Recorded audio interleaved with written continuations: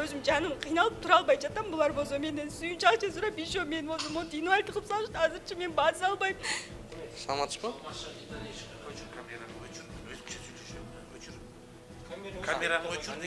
На, ол эже айткан кесире болосуң келе бер деп телефондон магачы. Мен келип чалып алайын десем да телефон беришпейт да, мен жолдошумда телефон калып калыптыр. Алып алайын десем да чыгарышпайт меничи. Аны ошо дежурный врачтар көрүп, дежурный врачтар. А сиз эмне Бирок билбей деген айтып бул жерде атасыз да? эме эми булардын көргөн мен билбейм да. 500 сом бер дегенден 500 сом колуна бергем ошо травматон. А негизи төрөттөн кийин акча алуу, травматология. Biz аны эми билбейбиз да, булар берген бербеген биз билбейбиз да. Биз азыр Саламаттык сактоо министрлигине келдик. Министрликтин орун басары катары бул адамдын ден соолугун өз жоопкерчилигиңизге ала аласызбы эми кандай болот? Жоопкерчилигим аягына чейин. Ушуну тыйып кое турган социалдык өкмөттүн блогун көзөмөлдөп аткан чиновниктер көрүп атасыңар да акыбалды.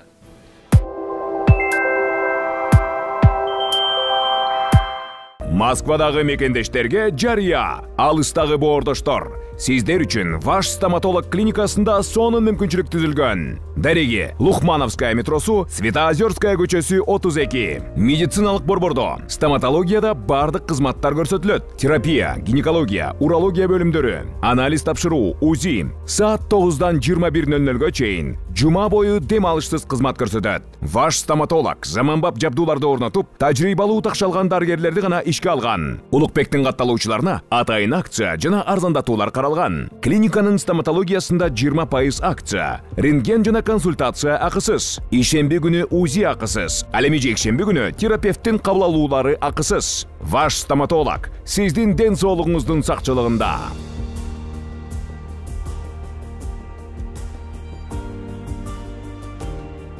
Урматтуу мекендештер, Москвадан Кыргызстанга жүк ташыган ишенимдүү ишкерди сунуштайбыз. Ишкердин аты жөнү Зайырбек Маматкаримов. 12 жылдан бери профессионал иш алып барган командасы аманатка кыянаттык кылышпайт. Жүктү Москванын бардык жеринен алып кете алат. Алган жүктү Кыргызстандын бардык облустарына аман-эсен жеткирүүгө кепилдик берет. Кыргызстанга жумасына 2 машина жиберилет. Жүк баасы көлөмүнө жараша ыңгайлуу баада 500 рубльдан өйдө бааланат. Дареги Нижегородское метросу, Перовское шоссе 9, строение 7. Байланыш телефондор +7 926 788 70 70 0704 70 70 21.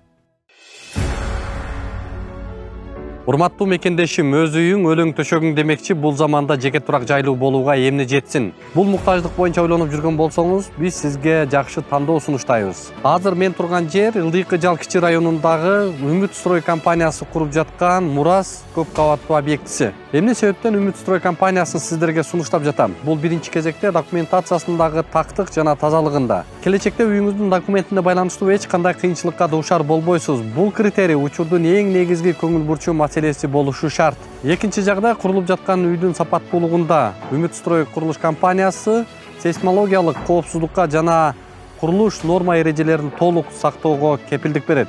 Аталган турак жай 10 кабаттуу комфорт класстагы Ылдыйкы Жал кичи районундагы Кучатова 23 дарегинде жайгашкан. Ошондой эле бала бакча, мектеп, жогорку окуу жайлары, поликлиника жана ири соода борборлору кадам сайын кезигет. Эң башкысы, узак мөөнөткө 33 айга бөлүп төлөө мүмкүнчүлүгүнө ээ болосуз. Мурас көп кабаттуу объектисин 2025 жылдын 2-кварталында өз ээлерине тапшырууну пландашууда. Толук маалымат алуу үчүн дарегибиз Жаманбаева 36/1, байланыш телефондор 0501 44 22 22 0221 44 22 22. Баса, бул курулуп жаткан көп кабаттуу үйдүн курулуш норма эрежелерин сактап куруусуна биз өз көзөмөлүбүздү жүргүзүп турабыз, андыктан кабатырланууга негиз жок.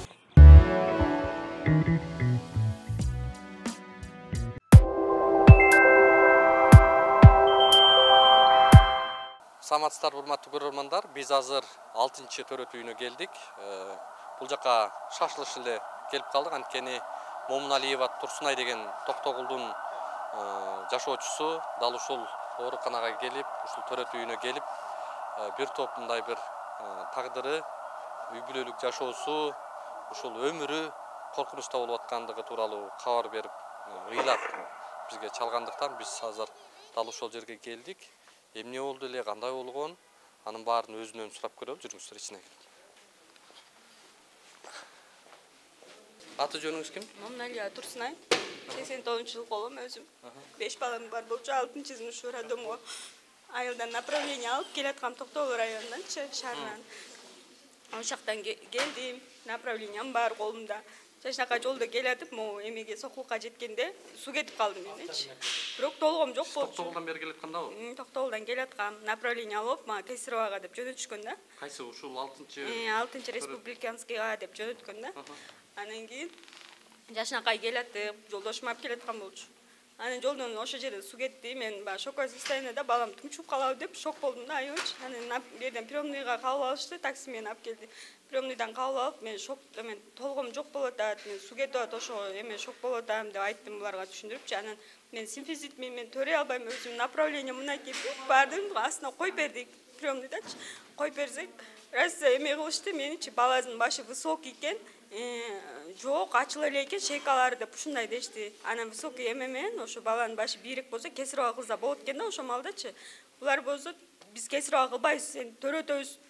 Мен симфизитимди аябай жалдырып аттым, ылдыйдан да жалдырып аттым, өйдөгө чыгып да жалдырадым. Толгом эч келбей койду. Акыры вызывающий сайып туруп мен кыйнап төрөтүп салышты да, акыры төрөй албаганда кезип, еще могу иштерим үчөлөп, төртөлөп, белдеримди ооруп калды да менчи. Басып туруп төрөтүп салышты. Анан ошо жана симфизит деген бул өзү эмес болот экен. Диагноз 1 сантиметр, анан 1 миллиметр менен келгем да. Ошо менен уже закон боюнча төрөгөнгө болбойт экен магачы. Ошо менен жөнөткөн да. Анан берден болсо боло берет. Ошону ким айтты? Мына сага деп туруп колун көрсөтүп, магачы пальчиктерин көрсөтүп, бир эмелерди айтып туруп төрөтүп салды. Азыр мынакта жазылуу, менде ошондо ошо бир врач төрөттү да. Кайра келеби деп күттүм да, келбей койду кайрачы. Анан кайра келди, анан мени сүйүнч пул суротпой жатсамчы, сүйүнч акча берип кой бизге. Деди сайдан эмеге, ылдыйтан эмелерге берип салба аны. Мага бергин уктуңбу, мен өзүм бөлүп берем аларга депчи кайрачы. Мен өзүм жаным кыйналып тура албай жатам, булар болсо менден сүйүнч акча сурап, еще мен болсо инвалид кылып салышты. Азырчы мен баса албайм. 6 балам бар эмедечи, айылдачы. Кичинекей кызымды азыр могу шаарга алып келип, сиңдим квартирада турат, ошого таштап коюп келдим. Каша ичип, ичи катып, ал болсо ооруп атат бияктачы. Жолдошум болсо мен чуркап көтөрүп жүрөт нары берип. Акча ар кимден сурап, могу көрүнүп, травматологко барам, ортопедке барам. Жатыш керек, ортопедке барса, травматолог айылдан жөнөттүм. Эмне сени жөнөткөн жокпу, сени ошо төрөгөндөн мага жөнөткөн жокпу деди. Анан могу жерде гинекологум, карап аткан гинекологум айтты да магачы. Эже мен ажырап кетиптир го, рентгеним тартып келди, күйөөм ылдыйга түшүрүпчү. Рентгенден ажырап кетиптир го бул десем, жок, бул ажыраган жок. Эмен бул деген эме сөөгү болот, ошо сөөгү ажырап кеткен, астында кемирчек болсо, тиги кармап турат, кемирчек рентгенден көрүнбөйт деп мени алдатпай, алдап коюп атат да, мен азыр билип атам анычы. Эмнеге мени антип алдайт булчу? Эмнеге антип алдап кетирип берет? Мага айтпайт беле ошондочу, барып травматологдорго көрүнүп жакшылап жат, мондай лечение алсаң жакшы болуп кетет, айырың кичине мынтип жабышып калат экен да булчу лечение кылса. Ошом жабышып калат деген жок да, мен барып туруп, ошоке барып үйүңө барып шешеп, мен там шешеп, вообще жардам берип биткен шешеп, муну деген жанагындай эмелерге жаткырып, өздөрү атайын дарылаш керек экен. Ушу жерден көрүп, могу жерде чуркап жүрүп, до сих пор таңып жүрөм да. Таңып жүрөбүз мынакей. Жок, көрсөтөр, анын эмне уяты бар, турсунай көрсөт. Врач, төрөткөн врач келбейм деди. Алдынан өттүк бирөөбүз, келиңиз. Аты жөнүңүз? Жашнакай сүйлөп. Менин атым Али, Агаликов Али. Токтогулдан келдиңиздер? Токтогулдан келгенбиз, жашнакай алып келгем ушинтип буту менен өзүм. Алдап жөнөтүп атат да меничи. Азыр көтөрүп жүрөм да, 1,5 айдан бери же бала чакам багылбайт, же жумушка чыга албайм, акча таба албайм. Ар кимден акча алып уже карыз болуп калдым, ушу кенчегим айнанчы, тииден алам, будан алам.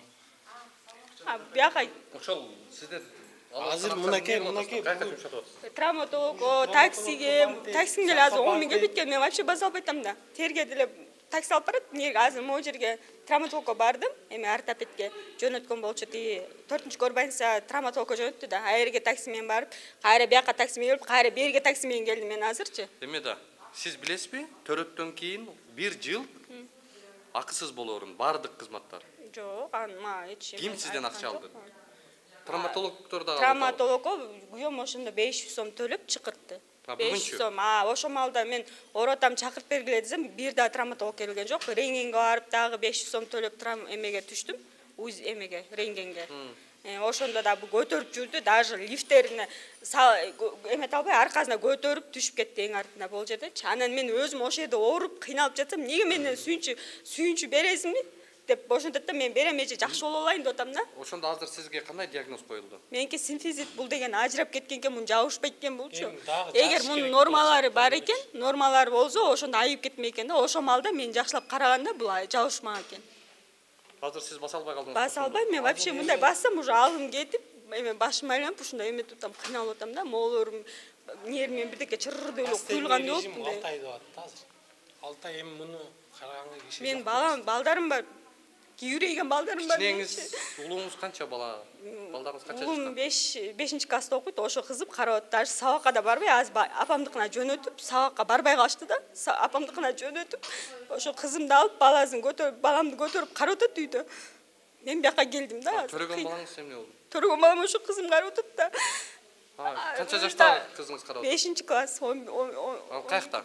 Мына берге келгенбиз, сиңдим үйүндө эме квартирант жашайт, сиңдимчи ошонун үйүнө келдик да, күйөө балам үйүнөчү. Айла жок болуп калды, андан башка. Канча айлык? 1,5 айлыкпы балаңыз? 1,5 айлык. Мен Бул жактан дагы келдиңизби Токтогулдан? Токтогулдан келдим. Эмне кылайын дедиңиздер бүгүн? Мен ошо бул жакшы болуп калабы деп келдим. Булар жок, булар мени алдап чыгарып атпайбы, мени алдап чыгарып атат. Бул деген сөөгө эле болот. Бул эме ажырап кеткен эмес. Ошо врач келсин, мага жооп берсин, мен эме расходун бүттүн көтөрүп берсин да, могу жерде чазыр мен ден соолугумду ордуна коюп берсин. Караңызчы. Burada азыр чакыртып атасыз. Кечиресиздер, главврач чакырып коесуздарбы? Замыч? Азыр. Ким деген? Эме Исакова Зубайда Мамбетовна деген экен. Дежурный эме бул Исакова врач экен, Зубайда? врач экен. Сизди Мени төрөткөн кабыл алган, ушул урушуп, мен төрөт. Отуруңуз. Ошо мага эме да болуп кеткен, ошондо сайганда ошо колду тагачы.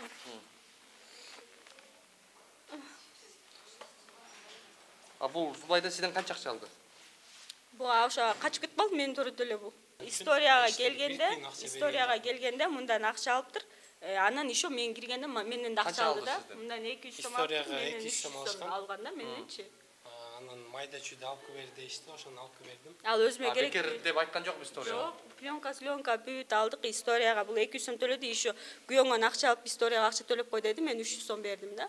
А мен чыккандан сурадым, историяга акча төлөдүң беле десем, ой 200 сом берген болчумун деди.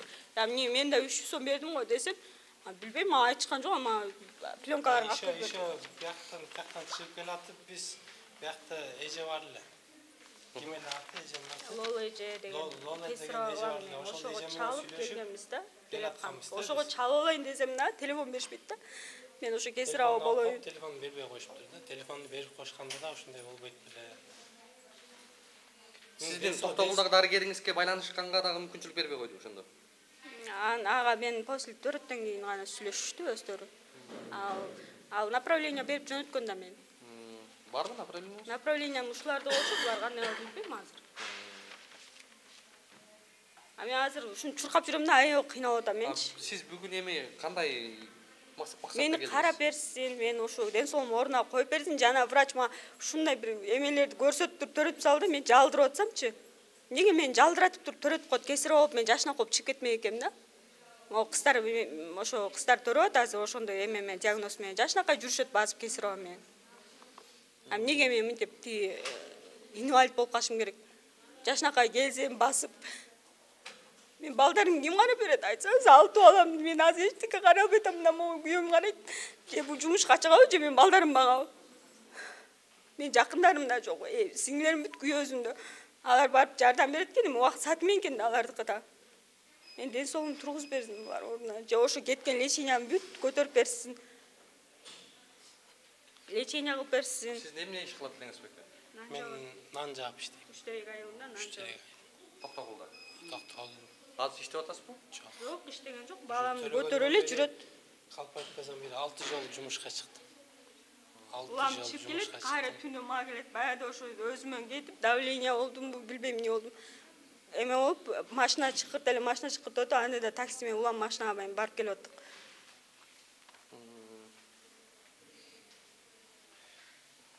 Саламатсызбы? Сиз мен атым Улукбек, фамилиям Карбек болот. Очень приятно. Руслан Агайдаров. Азыр исполняет дублер деген отделение, өзүм заведующий төрттүн отделение. Бул жактын заведующий ким? Бул жактын заведующий Жумагуля Жакматов. Ушу непосредственно курация болду да. Азыр ушул Исакова Зубайда кайсы? Маматовна ал дежурный врач. Күндүз мал иштебейт, только түнкү келет. Канчада келет? Бүгүн келбейт. Бул смена теперь 4-күн болуп калат. Иштеп атабы учурда? Иштеп атат ал, иштеп атат. Бул Ушулга чалды. карман, бул жаран боюнча кабарыңыз барбы? Бар. Эмне болуп атат? Азыр бул послеродовый деген симфизит, сакраилит болуп атат. Анын травмалоо боюнча бизге айтышты постельный режим, строгий постельный 3-4 айга чейин ушуна бүт бамли орунга келет. Кана направление көрсөтөсүз? Пожалуйста, Жумагул Жахматовна, кандай келди ушул чөйрөп айтып коюңуздар. Аты жөнүңүз? Жумагул Жахматовна, бул акушерское отделение заведующий болом. Бул Момуналиева Турсуна 8 февралда кечки саат 8:30 схваткасы менен келип атат.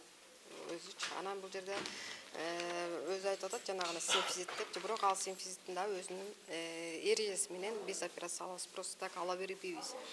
Бул симфизит өзүнүн нормасы 10го чейин болсо өзү төрөнгө уруксат. Ондон өтүп кетсе, анда бул кесарево кетмек. Бирок келгенде эч кандай только обменный карта, бирок эч кандай уйсуз жок келген. Бирок суу кетип жолдон келип турбу? Суу кетип, ошо схватка менен келип атат да. Келгенден кийин 1,5 сааттан эле тез эле төрөп атат. Бул после роду өзү толгоосуз укол берди деп жок. Эми биякта история боюнча мен силерге айтып атам. Бул кечки саат 8:30 схватка менен келип атат, суусу кетип келип атат. Анан схваткадан кийин 1,5 сааттан кийин бул төрөп атат тез арада элечи. Уже баягы открытие менен келип атат да.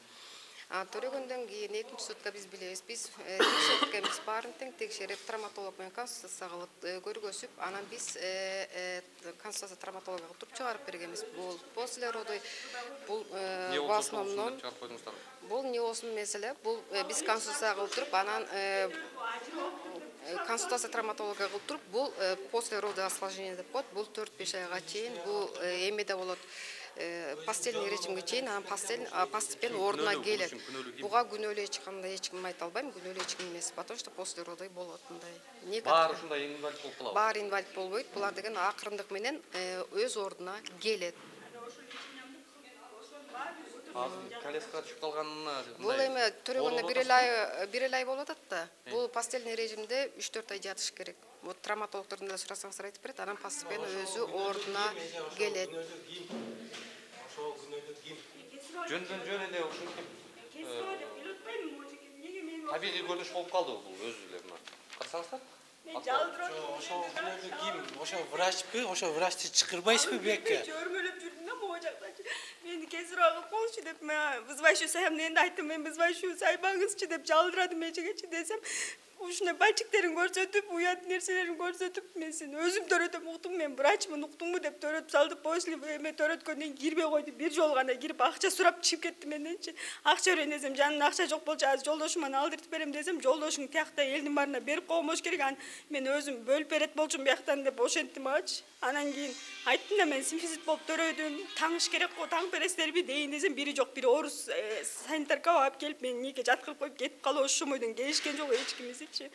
Анан эртеси айттым эчегечи, айтсам УЗИге тарттырды, ал да мени алдатпай ушинтипчи сөөң эле ажырап кеткен. Ал бир пас эле келип калат, кемирчек рентгенге түшкөндөн кийин кемирчек болот экен деп угуп калдым да, ошо кемирчек болсо, эми кемирчек ажырап кеткен десе, жок, кемирчек эмес, бул сөөгү ажырап кеткен. Ал бир пас эле өзүнө келип калат, 15 күн таң койсоң деп туруп, баса албай кетип атам да, баса албай жолдошум көтөрүп түшүп кетип атат меничи. Неге мен минто алдашат, айтпайт беле, травматологко барып, ошо жат, травматологко бар деп айтса болот эле да. Направление жазып бергенби? Жок, жазган эмес, эчтеке жазган эмес мага. Мага жөн эле чыгып бер, 15 күн таңып жат деди, травматолог айтты, биз чакырып келген травматолог ал да кетип калды, мени көргөн жок деп, эме рентген менен тартып көрдү. Ошо бар. Эмне деген дарыгерлик этика, эмне деген После родон биз вот выпискага жазып бергенбиз, что бизден баргандан кийин дагы дальнейший эме көзөмөлдө травматологдорго көрүнүп турасыздар деп биз выпискага жазып бүт түшүндүрүп жибергенбиз. Вот мына берилген выпискада жазып турбайбы, вот травматолог байке келди, азыр ажынан деле сурасаңыздар айтып берет. Бул после родовый осложнение деп коет. Бул 4-5 айдын ичинде акырындык менен ордунда келет. Ошону 1 ай деген, ошо эмнекте турат, ошо врач травматологуңар эмнекте турат. Но маңдайыңардачы. Ошо 1 ай деген эмес да. 1 ай деген эмес. Жок, башкаге берген. Колуна 500 сом берип, мен чыкыттыргам. Ошо лолежа 500 сом бер дегенден 500 сом колуна берген ошо травматолог.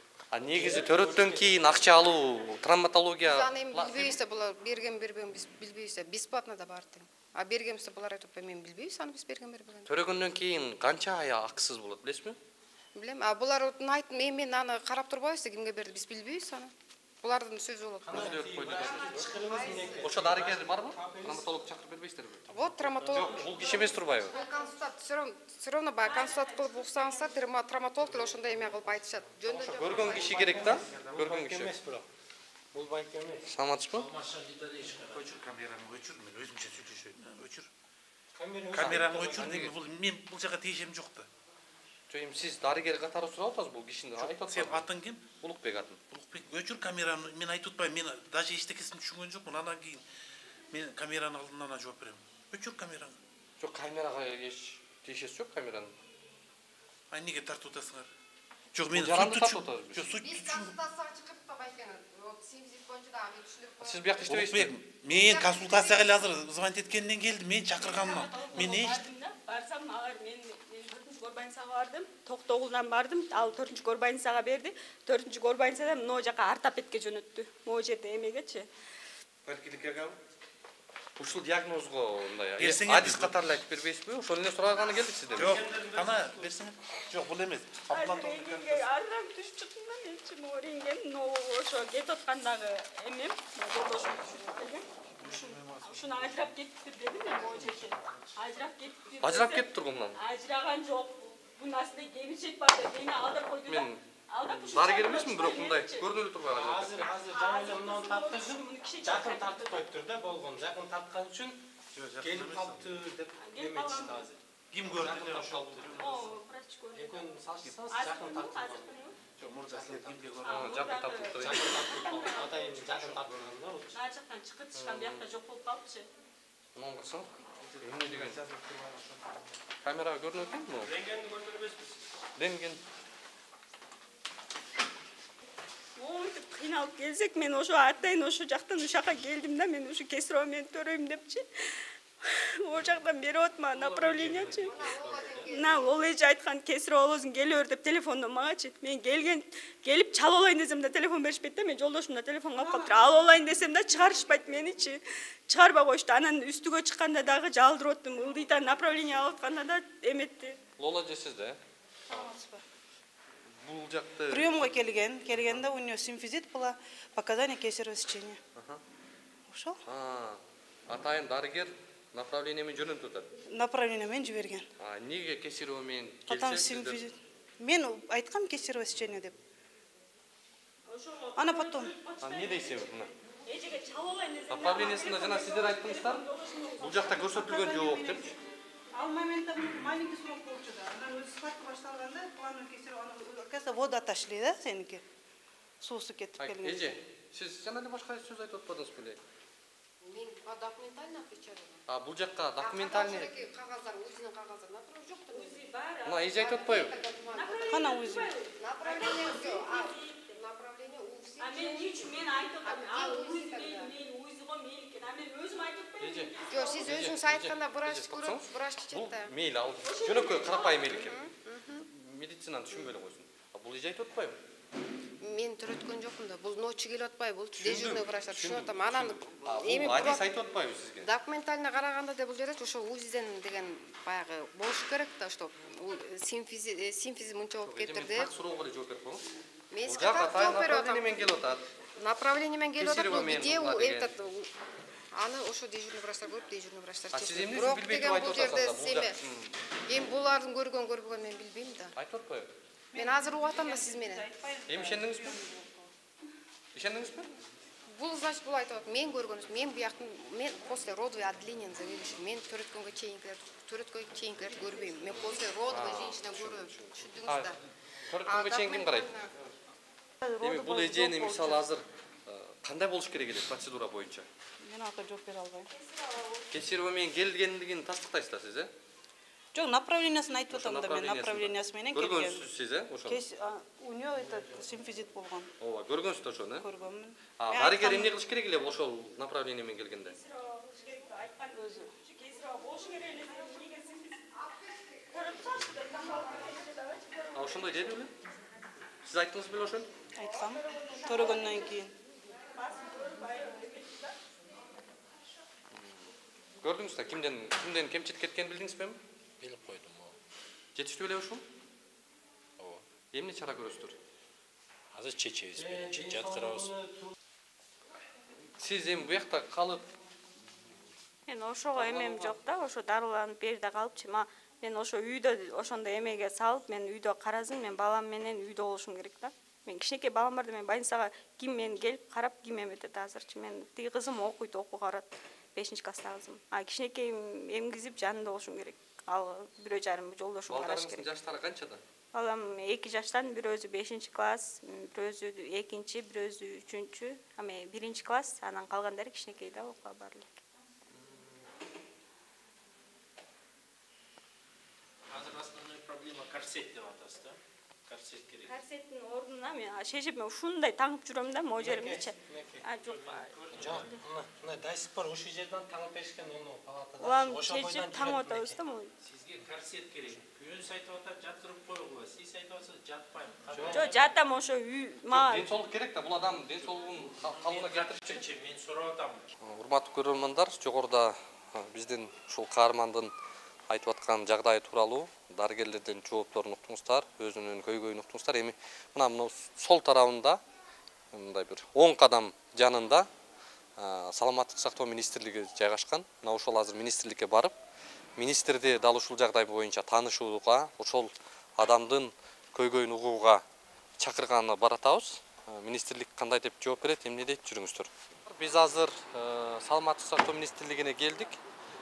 Жогорудагы ошол Токтогулдан келген каармандын, ошол эженин ден соолугу, ошонун мындай эртеңки жашоосу тууралуу министрликке суроо беребиз. Эмне үчүн ошондой жагдай түзүлүп атат, ага кандай чара көрүш керек эле, кантип жоопкерчиликти алат эми, негизи эле ошол ишти кантип чечип берет.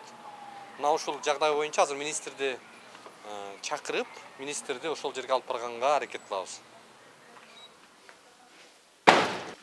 Эми биз сизге кирели деген ой жок. Мындай бияктан эле айтсак болобу? Айтыңыз, айтыңыз. Жок, отуруп эле айталычы. Айтпайсыз. Шашылышта? Мындай болот. Мамадалиев Тилек Атым Улукбек байке. Сиздин атыңыз Тилек Абдыганиевич экен. Кубанычтабыз. Азыр биз оюбузда жок болчу. Бизге мына жолдо кетип аткан жеримден бир айым чалып, Токтогулдан келген экен. Майып болуп калыптыр да. Сиздин мына оң жагыңызда турат 6-роддомдо. Анан ошол жактагы дарыгерлердин шалаакылыгынын айынан 6 баласы бар, чиери балдары менен күйөөсү иштебей, бир үй бүлөнүн тагдыры талкаланып атат да. Анан барсак, дарыгерлер дагы мындай салкын мамиле кылып атат. Жоопкерчилик. Азыр биз менен чогуу ошол адамды көрүп бере аласызбы? Сиздердин жаныңыздарда турат да, ошого эле келгенбиз. Буну кылышкандайга жол бербейт. Именно бул наоборот Улукбек ушуларды Ал бак мына буркурап ыйлап атат деп коюңуз. Сиздердин жаныңыздарда анан министрге келдик эле бүгүнчү. Ал тиги өкмөттүн жыйынында турбайбы? жыйынга кетип калыптыр да. Бул жак саламаттык сактоо министрлигинин орун басары.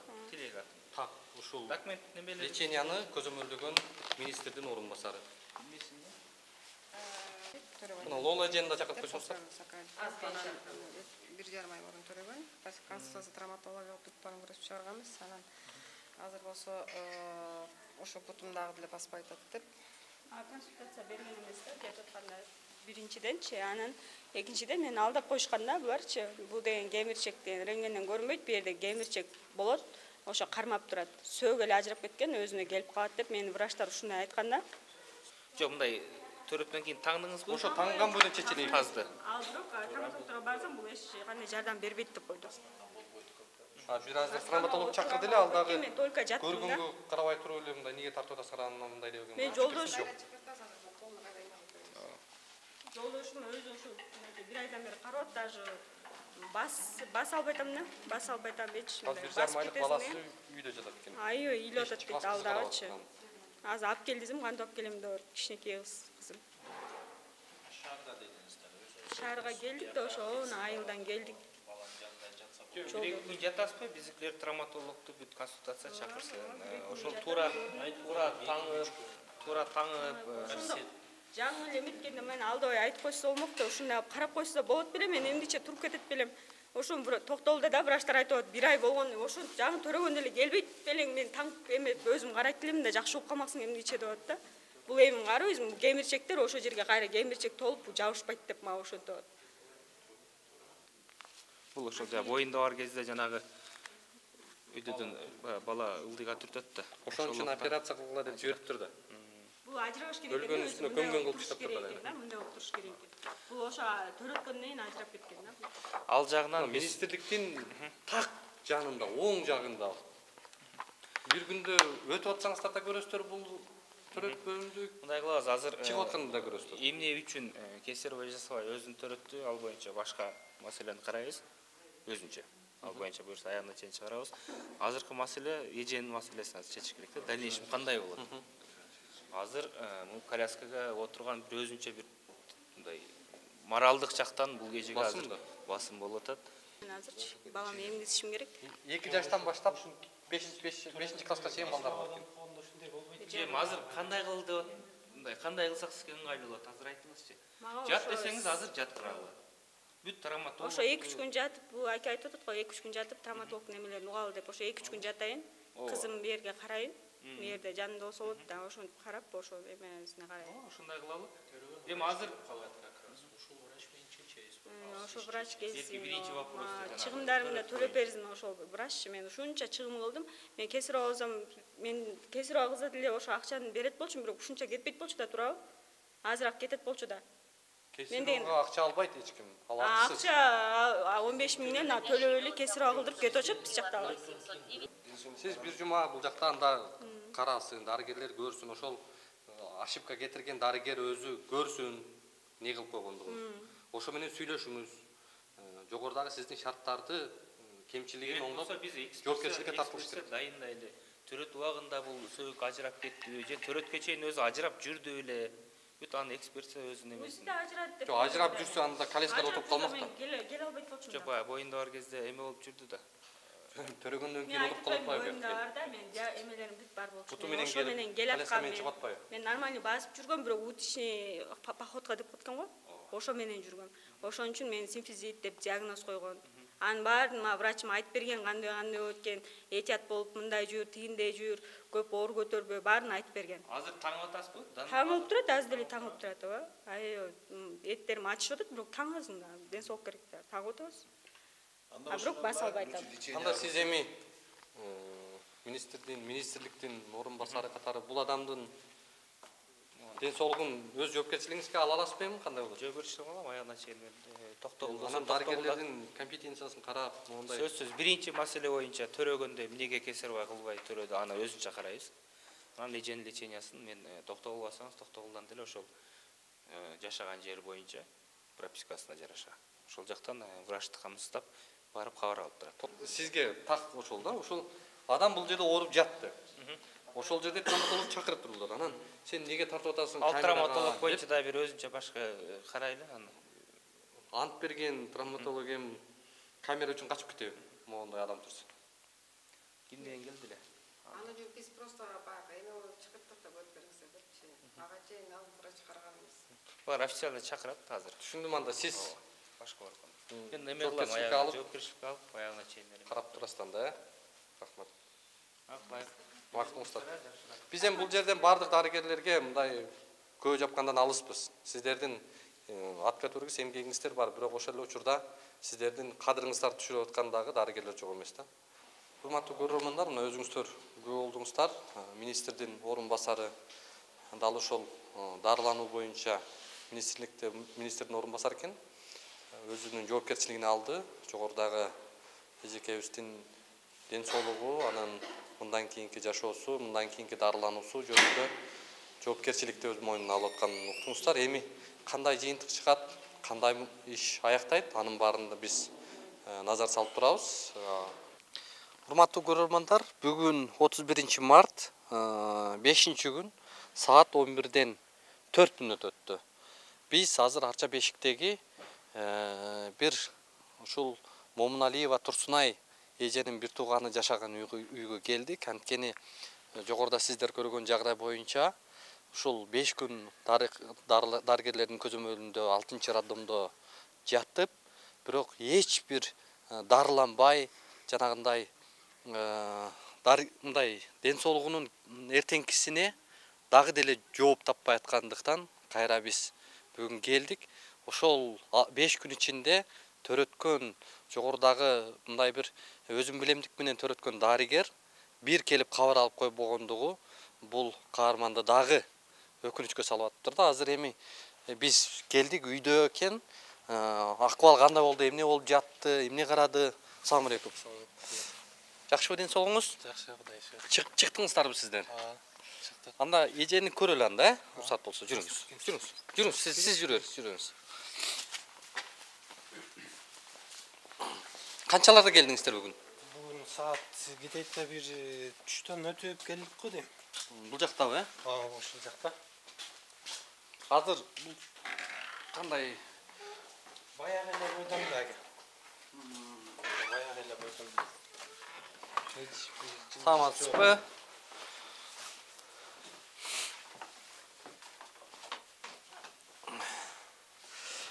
Биз кайрадан сизге келдик. Кандай дарыланып чыктыңыз? Менде ушу эме болуп атат, больницага келип, ошо жаткандан тартып, только жаттым. Аерде сиздер барып ошо көрүп эметкениңизден кийин жаткызышты, ошо палатада жаттым. 5 күн жатасың деди. 5 күн жаттым. Ошол 5 күн ичинде деле эч кандай жылыш болгон жок, дагы деле баса албай атам да. Дагы деле баса албай жүрөм. Жолдошум алып чыгат эшикке, ушул алып кирет. Кызым болсо мынтип балам карап Тактап кетүүчү жагдайда сиз дары ичип, дарыланып, дары берип? Жок, дары берген жок, укол деле эч кандай укол деле жазган жок, эметишкен жок. Менен только Азыр эми балаңыз үчүн ушундай болуп атабы? Кичинекей болгон үчүн, балаңыз, балам кичинекей экен. Аны деле айткан жок да, бирок балам кичинекей экен деп эле ошентип койду да, муну эмгизиш керек азыр деп элечи. Ошондо эмнеге жаттыңыз больницада? 5 күн отурбадыңыз? Эми ушул жакшы болуп кетемби деп жаттым да, кичине жакшы болуп кетем. Дарыгерлер келдиби? Кимдер карады?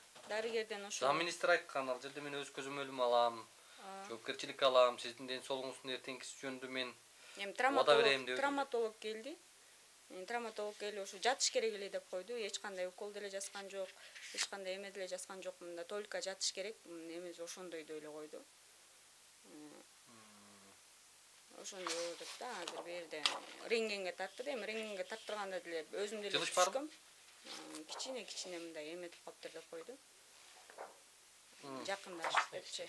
Төрөгөндө деле ушу баса албай калдым. Жолдошум өзү көтөрүп алып түштү, өзү рентгенге алып барып түшүрдү. Ушу рентгенди көрүп туруп деле алар мага эч кандай лечение жазган жок. Бирок мен Токтогулга барганда күйөөм травматолог алып барды. 1 айдан кийин алып барды да, өзү 1 ай жатасың деп койгон, бу жерден көрүнгөндө. Анан 1 ай үйдө эле жаттым. Бирок ошондо тиги врач айтып атат, 1 ай деген, сен 1 ай мурун келгенде, муну биз гамакка салып эле жакшы кылып коймокпуз, эмгиче сонун болуп калмаксың.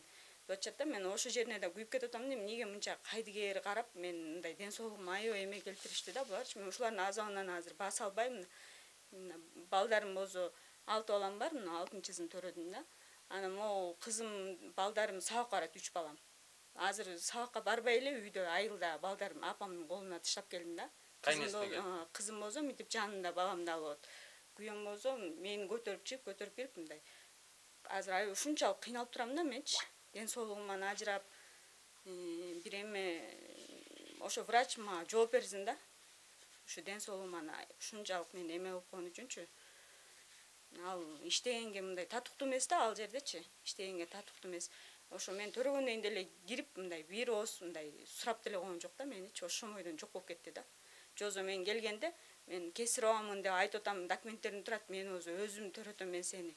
Мен деген врачмын деп аябай ушунчалык эметип аткан. Анан кийин эле жок болуп кетти мен төрөткөндөн кийин. Ошонун баарын билгенби, же эмне кесиробага мне обязательно мне акча берем кылып кой деп жалдыраш керекпи аларга, мен түшүнгөн жокмун. Акча бербедиңиз да сиз, Мен акча берген жок, мен төрөттүм, ошо кесиробага, ошон үчүн кесироба кылбай койду, мен түшүнбөй атам да ошолоргочу. Жозо мен жалдырып аттым ошо жерде, кыйналсам жаным кыйналып ошо жерде деп жалдырып аттым да. Мен кесироба мен төрөшүм керек, мен деген эмем бүт турат. Врачым деле айтты, баягы күнү айтты го ошо бул кесироба болчу деп. Анан ошо 5 күн жатканда деле бир ооз келген жок да. Келген жок. Качып жүрөбү билбейм. Дагы бир жагы багыты мына төрөттө акысыз экендигин канча какшап айтып атабыз. Ошол операция жолу менен төрөө дагы акысыз экендигин айтып атабыз. Эми ушуну тыйып кое турган социалдык өкмөттүн блогун көзөмөлдөп аткан чиновниктер көрүп атасыңар да акыбалды. Бул айым, бул эжекебиз башында дарыгер менен келишип, мен төрөткөнүң үчүн мына ыраазычылыгым бар деп бербегендиги үчүн мына акыбал ушундай болуп атат. Мына паракорчулуктун айы адамдарга мондай залакасын тийгизип атат да. Эми ушуга кантип жооп берип, бул үй бүлөнүн тагдыры кандай болот да? Азыр ушунчалык биз ушундай бир эмеде турам да, мисалы, балдарым каралбайт да. Мына азыр апам да уже сөзүңүз оозуңузда эже. Бул кичинекей кызыңыз экен, 5 жашта. 5-нчи класс. 5-нчи класста окуйт дедиңиз, э? Окууларың эмне болуп атат? Калып калды ошо. Окууларым калып калды. Балам. Мектепке баргың келип атабы? Ооба. Кайсы мектепте окуйсуң? Хуриев мектепте окуйм. Токтогулда? Жок, Камбаратыда. 3 теректе да? 3 терек ошо эмеге карайт да, ошо. Ошо мектеп сагындыңбы? Бардым, ошо пенсионума карап, айла жок алпа жүрдүм да, айла жок алпа жүрдүм. Азыр эжекелери чалып деп сурат. Анан эми айла жок арыз жазганга туура келип атат. Эми директорго арыз жазып ошо эмебизди түшүндүрөлү деп атам да. Акыбал түшүндүрөлү депчи. Анткени тиякта 2 балам да окуш керек да. Ада кичинекей 2 бар, ошо 2-ны карап эле тайнезине жардам берип калып калышты да аларчы. Анан эми бияка келсем, бияктан да толук чыкпайт да. Жатасың только 5 күн жаттым, 5 күн ичинде мага эч кандай дары, укол эчтеке жазган жок да. Бир врач келип мени бир эметип коюшкан жок. Ошо силер келгенден кийин кичине чуркамыш этип мындай карашты. Анан же буларга ушундай керекпи, билбейм, мен түшүнө албайм. Тиги министрдин орун басары келдиби дагы бир жолу сизге? Дагы бир жолу келди, эмне карап атабы деп ушундай сурады. Анан караганда эмне мунун эмеси деле жок деп ошентип койду. Лечениясы деле жок экен, ошо жатыш керек. Главврачтар келип кеттиби, эмне кылды? Сизди карап аттыбы? Главврач келип карады. Орун басары ошол келип карап атты. Ошо силер келип кеткен жаткыргандан кийин ошо келип мында только жатыш керек экен, анан кичине басканга аракет кыл деди, бирок травматологдор эч кандай баспаш керек деп атты. Баспаш керек, мында только жатыш керек. Туалетке барып, кичине мындай эмегечи, тазалыкка барып, анан ошого гана басышың керек деп атты. Анда да ошо жардам менен басып атам да, жолдошум көтөрүп барып, көтөрүп келип атты. Силер келгенче да ошо жолдошум больницадан көтөрүп чыгып, көтөрүп түштү, 4-нчи этажга ошо ортопедке көтөрүп, ушундай бир азап көрдүм да, мындай көтөрүп чыкты, могу лифта иштеп экен, көтөрүп түшүп, көтөрүп чыгып, белин да чыгарып алды да, ошондочу. Кичине мындай эметип баса албай аксап калды. Эч дозу чыгып. Ким, жолдошуңузбу? Эште чыгып алып болсо скамейкада жаттым да. Карап, бул чуркап калды да, ушу скамейкада жатып калдым да, уже акылым келбей. Чуркаганан ошо кайра ошо өзүм төрөгөн жеке барды да. Алып карагыла деп чалдырып. Мындай болуп калды да. Ортопедке жөнөтүштү. 4-нчи горбаницага направление алгам. Мынакей. Мен өзүм 4-нчи горбаницага 3 теректен врачтан направление алгам. Мынакей направление колумда турат. Мен 4-нчи горбаницага келдим. Сиз өзүңүз ооруп атасыз, же келинчегиңиз? Келинчегим ооруп атты. Келинчегим, мен бул баса албайт да. Каяктан басат. Мен барып өзүм алдым направлениени алып 4-нчи горбаницага алып келдим Токтогулдан. Алып келсем, аякке деле көтөрүп чыктым да өзүм. 2-нчи этажга көтөрүп чыгып көрсөтсөм, биз карабайбыз деп аяктан чыгарып коюшту. Немеге ортопедке барасың. Ортопедке алып бардым. Таап алып бардым. Алып барсам, аерде 3-нчи этажда, 4-нчи этажда экен да ортопед. Ошого көтөрүп чыгып көрсөтсөм, только жатыш керек. Рингге да түшпөй эле кой деп, мынакей мыякта жазып берген, мынакей дары. Ушуну салып, только постельный режим үйдө жатасыңар депчи.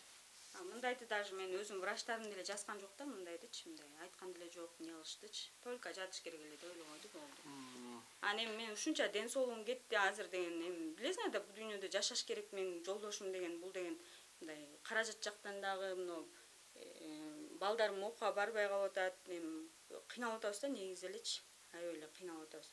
Бул иштейин десе мени карай турган мисалы эч ким жок. Мен апам деген картаң аял, ал деген өзү айылда турат. мен келип караң акыбалы да жок. Өзү ооруп араң жүрөт. Анан бул балдарымдын карайын десе, балдарым сабактан калып калат. А бул иштеп кеткенде уже мен тура албай калам, же бара албай калам, кызым алган эч ким жок болуп. Не кылайын деп атасыздар эми азыр? Ошо заявление жазам мен, ошо жооп берсин ошо врачтарчы. Же иштегенге вообще булардын эмеси да жок да. Мындай татыктуу эмес да иштегенге, чайыргыч. Иштеш керек. Мен мисалы моунчу ден соолугуман ажырап, ал врач Азыр сиз бара албайсыз да больницага? бара албайм. Азыр барам.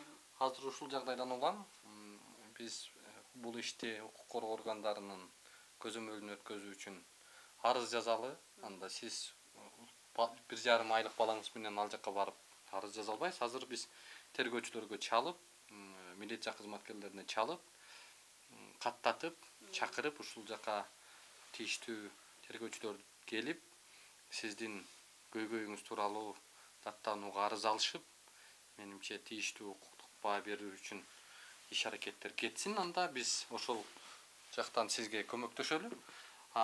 Сиздин ден соолугуңуздар боюнча кандай азыр ойлор болуп атат? Не кылайын деп атасыздар эми? Ошо жолдошум азыр айтып атат, ошо былтыр эле там алган жолдошум, ошо тамды сатып болсо да мен мындай эме чоңураак врачтарга көрсөтөйүн, мындай частныйларга алып барсамбы деп атат да.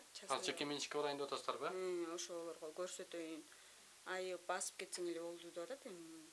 Ошо Кудайдан болуп ошентип эле басып калсам жаман эмес да эми ден соолугум. Не үйдү сатыкка койдуңуздарбы кандай? Уже Кудай буйрса саттым. Алам деп атпайм. Алам деп атат. Ошо 2 күн 3 күндөн кийин акчасын даярдайм деп бүгүн сүйлөштүм да. Бир эже алам деп. Өзү былтыр эле алгам ошо тамды. Эми ал сатсаңыз кандай кыласыздар? Эми сатсам мага эми тамдын деле кызыгы жок. Главное уже келинчегим бутка туруп кетсе эле болду. Бутуна туруп басып калса эле болду. Бөлөк эчтеген кереги жок. Ошо төлөткөн врачтын немеге тартып бергиле, ошону эле суранабыз биз. Жоопкерчиликке тартып бергиле. Кесирово деп келгенден кесирово кылыш керек эле деп. Акча сураса акчамды эле бар болчу ошо тандем. Берет элем 15 000 сом эмес, мага 50 000 сом десе деле берет элем. Ошо 2 айдан бери күрөшүп атыптар. 100 000 сом акчамдан келгем, ошо келинчегим алай келген, ошо көйгөйүн билип, көрүп жүрүп өзү баса албай, мындай кыйналып жүргөндү көрдү.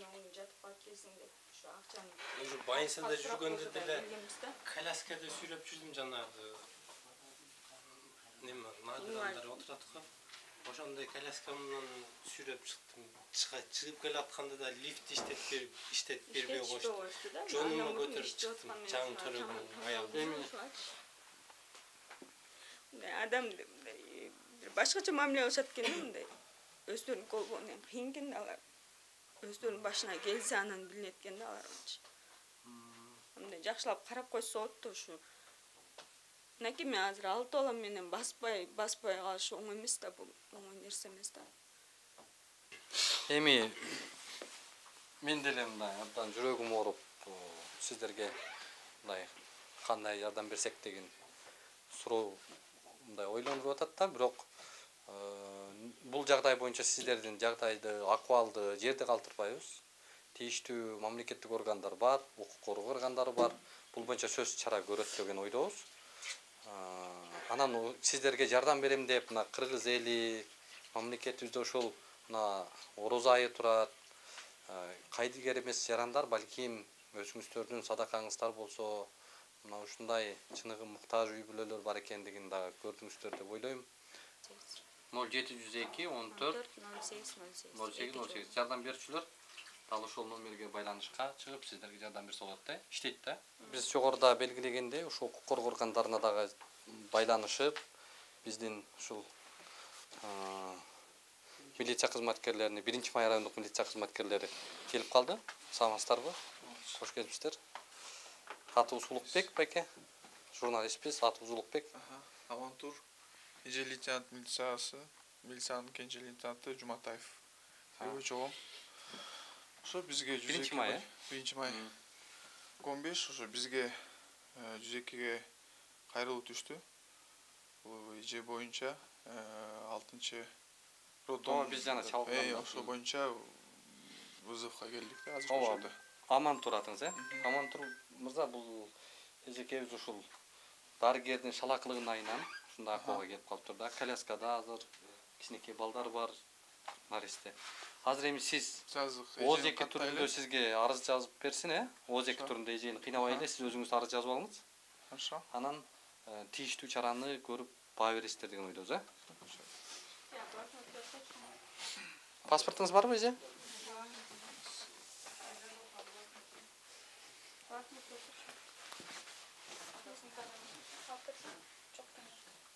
Укук коргоо органдары канчалык сылык, жөнөкөй болсо, коомчулукта кадыр баркы да ошондой өсөт да. Элдин ишеними артат. Көп укук коргоочулар жанагындай өзүнүн кол астындагыдай иштегендей адамдардай мамиле кылышат да жөнөкөй жарандаргачы. Кыйкырып, бакырып. Мен буну сүрөткө тарта алайын. Кисра көпкөсүн чыгарып туруп бул жерде тиркеп коесуз да?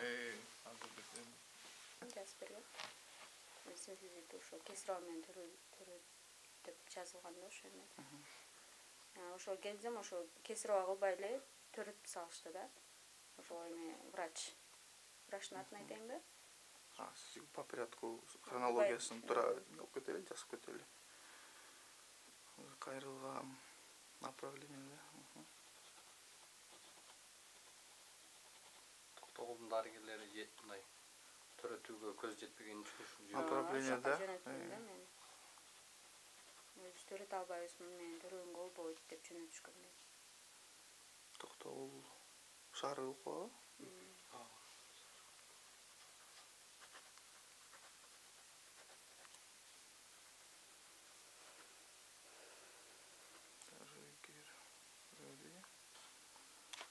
Өзүң төрө албайсың деп айтканда сизге кесиро алдырыш керек.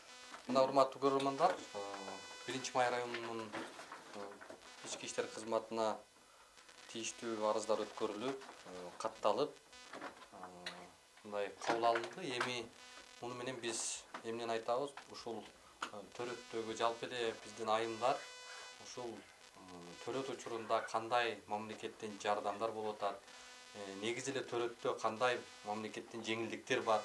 Мына ушул жагдайлар бизге түшүнүксүз болбошу керек да. Абсолюттук түрдө баары акысыз, абсолюттук түрдө баары жеңилдетилген нормалар менен ишке ашат да. Мына ушулдай түшүнүксүз жагдайларга кириптер болбошу керек. Муну менен биз ошол өкмөттүн социалдык блогун көзөмөлдөп аткан чоң чиновниктерге салам дубай айтабыз да. Мына ушул акыбалга, ушундай көрүнүштөргө туура реакция кылып, маселени көйгөйгө туура кадам коюп, биз көйгөйдү чагылдырып сиздерге жеткизип атабыз. Сиздер көйгөйгө туура кадам кылышыңыздарды өтүнөбүз. Кыргызстанда улуктан башка дагы көйгөй бар.